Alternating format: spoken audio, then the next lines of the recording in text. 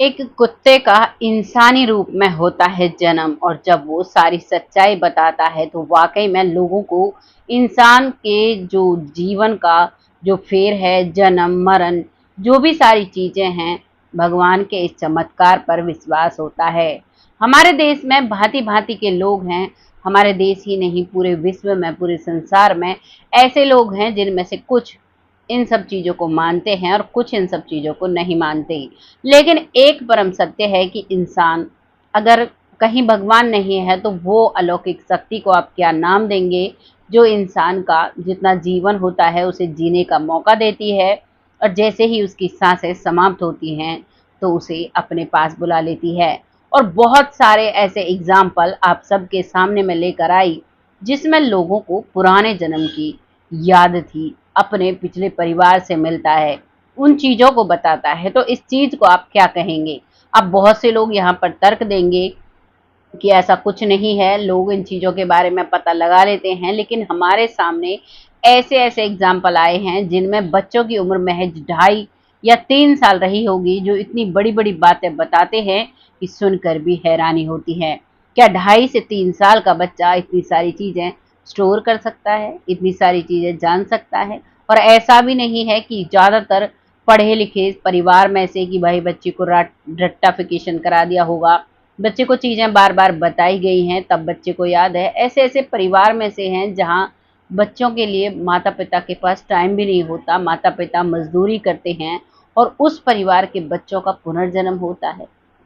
ये सब एक बहुत बड़ा सवाल छोड़कर जाती हैं, जिनका जो जवाब है वो हमारे ही अंदर है, हमारी श्रद्धा पर ही डिपेंड है। अब बहुत सारे मैंने एक एक कल मैंने एक ऐसा चैनल देखा जिसमें एक महिला, जिसकी उम्र करीबन 45 वर्ष रही होगी, वो महिला कहती है कि अंधविश्वास लोग फैलाते हैं। हमारा अंधविश्वास फैलाने का बिल्कुल भी कोई मकसद नहीं है, लेकिन उनका कहना ये है कि गीता जो लिखी हुई है वो पंडितों द्वारा लिखी हुई है। क्या ऐसा है? वो जो कहती हैं वो ऐसी बातें कह रही थी कि उनकी बातों को सुनकर ऐसा लग रहा था मानो इनके अंदर बिल्कुल भी कोई जो एक हमारा ईश्वर होता है, भगवान होता है, हर धर्म के लोग अपने भगवान को मानते हैं, चाहे वो हिंदू हो, चाहे मुस्लिम हो, या सिख हो, या ईसाई हो, हर किसी की आस्था जुड़ी होती है। लेकिन वो महिला इन सभी को बेकार चीजें बता रही थी। वो बताती है कि एक माँ, जो पिता शराब पीने वाला होता है, और एक माँ अगर अंधभक्त हो, यानी पूजा पाठ करती हो, तो वो घातक होती है। क्या ऐसा होता है?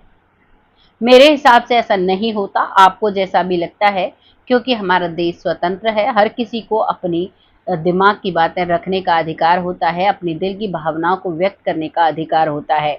लेकिन मैं उनकी ज़्यादातर बातों को नकारती हूँ। हाँ, कुछ हद तक उनकी बातें मुझे सही लगी, क्योंकि आजकल आस्था के नाम पर कुछ लोगों ने इन चीज़ों को अपना धंधा बना लिया है। वो इन चीज़ों से पैसे कमाते हैं, भोले-भाले लोगों को ऐंठते हैं, लेकिन इन सब चीज़ के अंदर एक चीज़ अटूट सत्य है, जो ईश्वर है वो सबका है, और एक ईश्वर ज़रूर है, एक ऐसी पॉजिटिव एनर्जी जिसके सहारे हम जीते हैं, जिसके सहारे हम जन्म लेते हैं। तो आज की जो कहानी है, उसमें एक जो कुत्ता होता है उसका इंसान के रूप में जन्म होता है, और वो जब सारी चीज़ें बताता है, वाक़ई में हैरान कर देने वाली बात है। उसने अपना पूरा एड्रेस नहीं बताया है, उसने सिर्फ़ बताया है जगन्नाथपुर गाँव से वो बिलॉन्ग करता है। उत्तर प्रदेश का जगन्नाथपुर गाँव है, जहाँ पर एक बच्चा जन्म लेता है। बच्चा जब जन्म लेता है तो एक परिवार में 2 भाई होते हैं, उनका एक पिता होता है। छोटा भाई और बड़ा भाई दोनों की शादी एक साथ होती है। बड़े भाई का नाम सतीश होता है, और सतीश की पत्नी गर्भवती होती है। गर्भवती होती है उससे पहले जब उनकी शादी हुई थी तो उनके घर में एक भूरा नाम का कुत्ता रहा करता था, जो उन्होंने पाल रखा था, जिसे वो खिलाते थे, और वो अड़ोस पड़ोस के घरों में भी जाया करता था।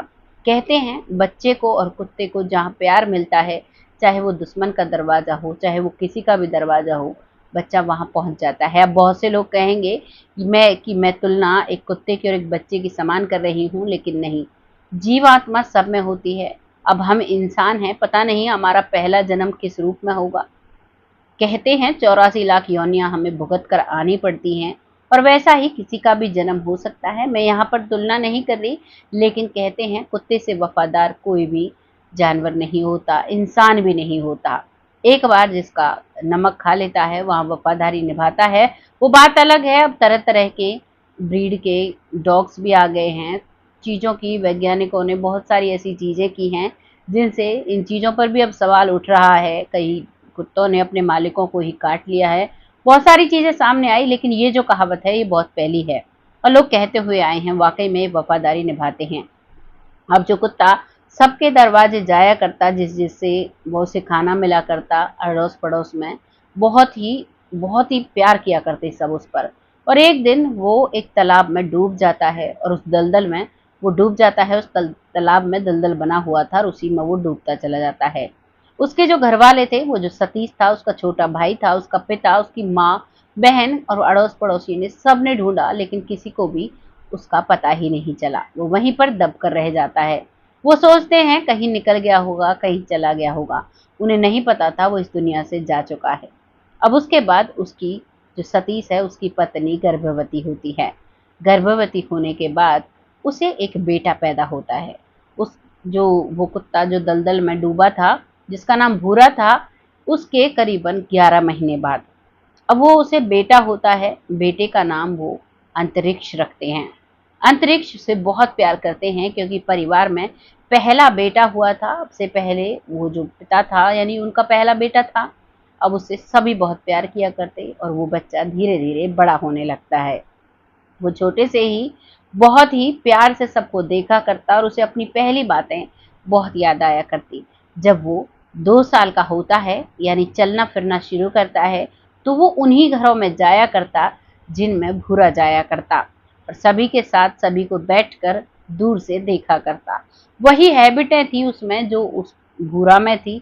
अब वो आता और फिर घर पर आ जाया करता। घर वाले प्यार से जो खिलाया करते खा लिया करता, अपनी माँ से बहुत प्यार किया करता। अब वक्त के साथ वो इतना बड़ा होता है कि वो बोलना शुरू करता है। जब वो बोलना शुरू करता है तो सबकी आंखें फटी की फटी रह जाती हैं, सब हैरान हो जाते हैं।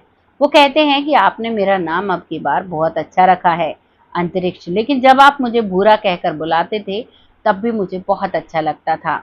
जैसे ही वो बच्चा भूरा का नाम लेता है तो घर वाले सन्न रह जाते हैं। वो कहते हैं कि भूरा को तुम कैसे जानते हो, कौन था भूरा? तभी अंतरिक्ष कहता है कि मैं ही तो भूरा हूँ। आपको शायद पता नहीं, जब शाम को सब सोए हुए थे, सुबह सुबह मैं बाहर गया था और मैं बाहर जाता हूँ तो मैं पानी पीता हूँ और उसमें मैं नहाने के लिए अंदर जाता हूँ तालाब में और मैं उसी दलदल में फंसता रह जाता हूँ। आप चाहें तो अगर उस जो तालाब है उसको अगर खुदवाते हो तो आज भी मेरा कंकाल आपको वहाँ मिल जाएगा। और मेरा जन्म जब होता है, जब भगवान मुझसे पूछता है, तो मैं कहता हूँ कि मुझे उसी परिवार में जाना है। मेरा वो परिवार बहुत अच्छे से ख्याल रखता है, मुझे वहीं पर जाना है। एक 2.5 साल का बच्चा जब ऐसी बातें करता है, घर वाले बहुत हैरान हो जाते हैं। घर वालों की आंखों में आंसू आ जाते हैं। अब इंसान हर जीव का जन्म लेता है, तब जाकर कहीं उसे इंसान का जन्म मिलता है। और वो अब घर वाले उसे एक्सेप्ट कर चुके थे। वो बिल्कुल पहले की तरह सभी को बहुत प्यार किया करता। धीरे धीरे वो बड़ा हो जाता है। आज उसकी उम्र करीबन 18 साल है और वो बहुत अच्छे से पढ़ाई लिखाई करता है।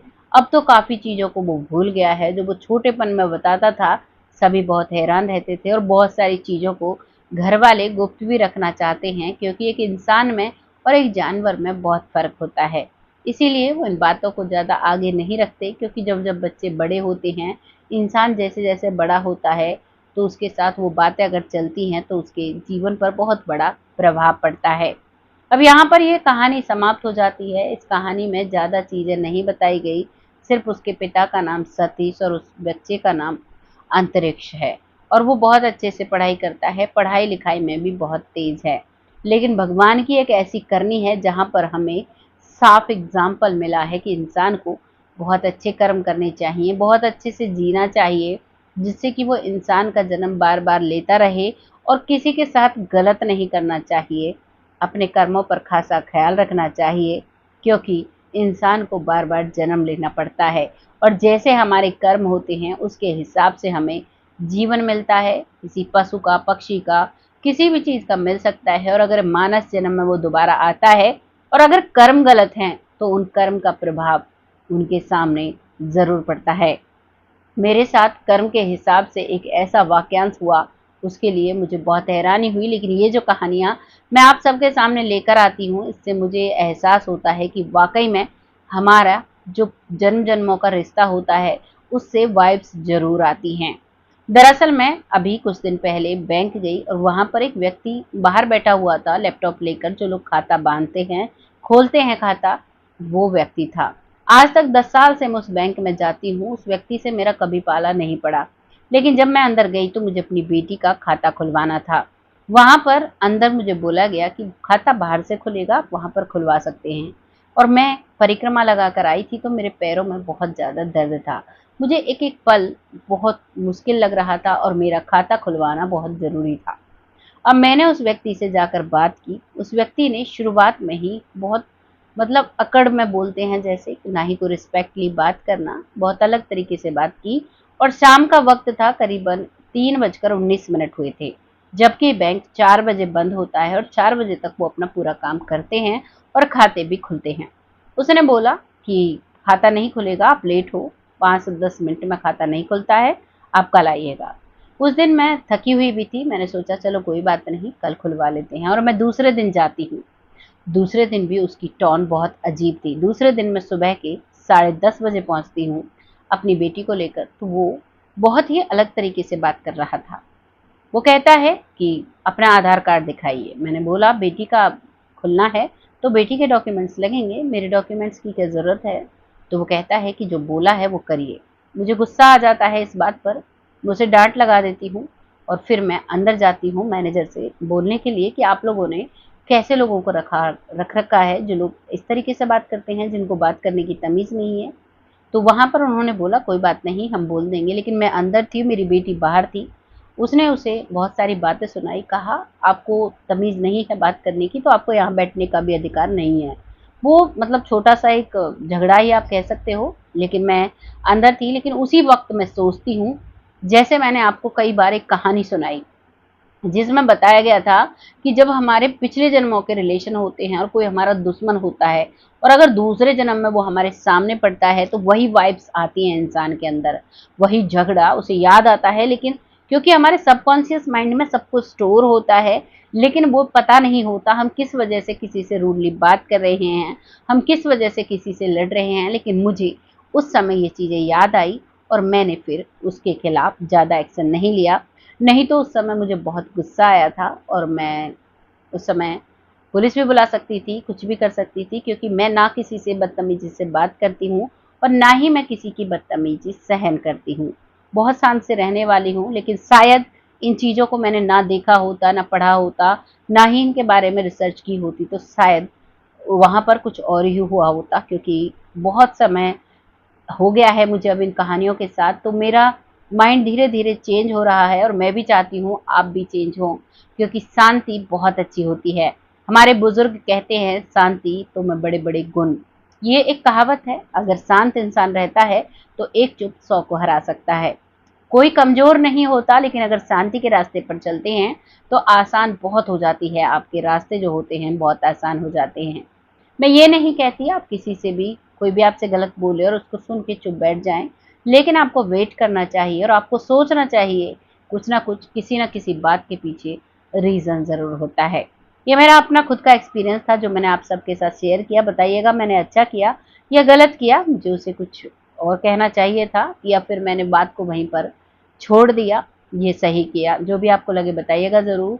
और हमारे जन्मों के ही फेरे होते हैं, जो लोग हमसे टकराते हैं, थोड़े वक़्त के लिए ही भला ही, लेकिन होता ज़रूर कोई ना कोई कनेक्शन है, कोई दुश्मनी का, कोई प्यार का या फिर कोई दोस्ती का, कोई हमारे रिश्ते होते हैं, क्योंकि ये आत्माएँ तो हैं, बार-बार रूप बदल कर धरती पर आते रहते हैं। भले ही हम उनसे बिछड़ जाते हैं, लेकिन हमारी दुश्मनी, हमारी दोस्ती और हमारे रिश्ते हमें ज़रूर मिलकर रहते हैं। आपको जो भी लगता है कमेंट बॉक्स में लिखिएगा, लोगों के साथ शेयर करिएगा। बहुत जल्द ऐसी ही किसी सच्ची और अच्छी स्टोरी के साथ आती हूँ। तब तक आप सब खुश रहें, आबाद रहें, भगवान से यही दुआ करती हूँ। और जो लोग हमें बहुत प्यारे-प्यारे कमेंट भेजते हैं, उन सभी का तहे दिल से आभार व्यक्त करना चाहती हूँ, जो मुझे बिटिया रानी कहकर संबोधित करते हैं, बहुत प्यार से मेरी कहानियों को देखते हैं, बहुत प्यार जताते हैं, जिनमें डॉक्टर सुरेश सोनी जी, जो बिटिया रानी कहते हैं, अपने पोते-पोती के साथ बहुत अच्छे से देखते हैं। बहुत अच्छा लगता है, अपनी बिटिया पर ऐसे ही आशीर्वाद बनाए रखें। अगला नाम आता है रामायण कुशवाहा जी, जो बहुत प्यार से बिटिया रानी कहते हैं, बहुत प्यारे कमेंट करते हैं, ऐसे ही अपनी बिटिया पर आशीर्वाद बनाए रखें। अगला नाम आता है लखविंदर सिंह जी, जो बहुत प्यारे कमेंट करते हैं, बहुत अच्छे से सपोर्ट करते हैं, ऐसे ही अपना सपोर्ट बनाए रखें। अगला नाम आता है जमुना जी, जो बहुत प्यार से सपोर्ट करती हैं, बहुत मोटिवेशनल कमेंट करती हैं, बहुत अच्छा लगता है। अगला नाम आता है सरयू बालाजी, जो बहुत प्यारे कमेंट करती हैं, बहुत प्यार से सपोर्ट करती हैं, ऐसे ही अपनी अपनी बहन को आगे बढ़ने का मौका देते रहें। अगला नाम आता है मंजू चौधरी जी, जो बहुत प्यारे कमेंट करती हैं, बहुत अच्छा लगता है, ऐसे ही अपनी बहन को आगे बढ़ने का मौका देते रहें। दिल की गहराइयों से आप सबका स्वागत करती हूँ आपके अपने चैनल पर, ऐसे ही अपना सपोर्ट बनाए रखें। अगला नाम आता है राजेंद्र पालकर जी, जो बहुत प्यारे कमेंट करती हैं, बहुत अच्छा लगता है। अगला नाम आता है भूप सिंह सैनी जी, जो बहुत प्यार से बिटिया कहते हैं, बहुत अच्छे से सपोर्ट करते हैं, अपनी बिटिया को ऐसे ही सपोर्ट करते रहें। अगला नाम आता है पिंकी भोई जी, जो बहुत अच्छे से सपोर्ट करती हैं, बहुत प्यारे कमेंट होते हैं, आपका तहे दिल से आभार व्यक्त करती हूँ, ऐसे ही अपना सपोर्ट बनाए रखें। बहुत जल्द ऐसी ही किसी सच्ची और अच्छी स्टोरी के साथ आती हूँ, तब तक के लिए जय हिंद, जय भारत।